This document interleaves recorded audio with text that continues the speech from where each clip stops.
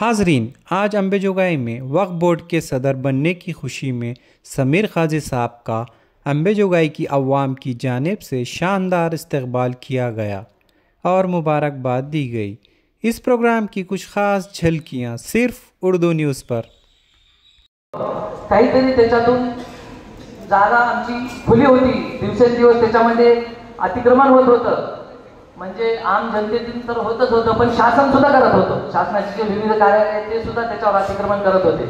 तर म्हणून आम्ही त्या जागेचा काहीतरी चांगला उपयोग व्हावा म्हणून समाजासाठी काही चूक राहू नये, त्याच्यामध्ये काही त्रुटी राहू नये म्हणून ती समितीची स्थापना केली आणि ते समितीचा अहवाल आल्यानंतर आम्ही जे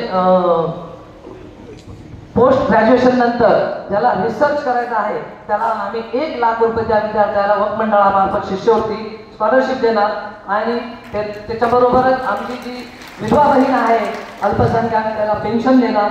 त्यानंतर याच अंतर्गत वक्फ बैतुल माल म्हणजे काय की आमचा जे समाजाचा पैसा आहे ते इकट्ठा करून समाजासाठी लावणार, बैतुल मालची प्रोव्हिजन करणार।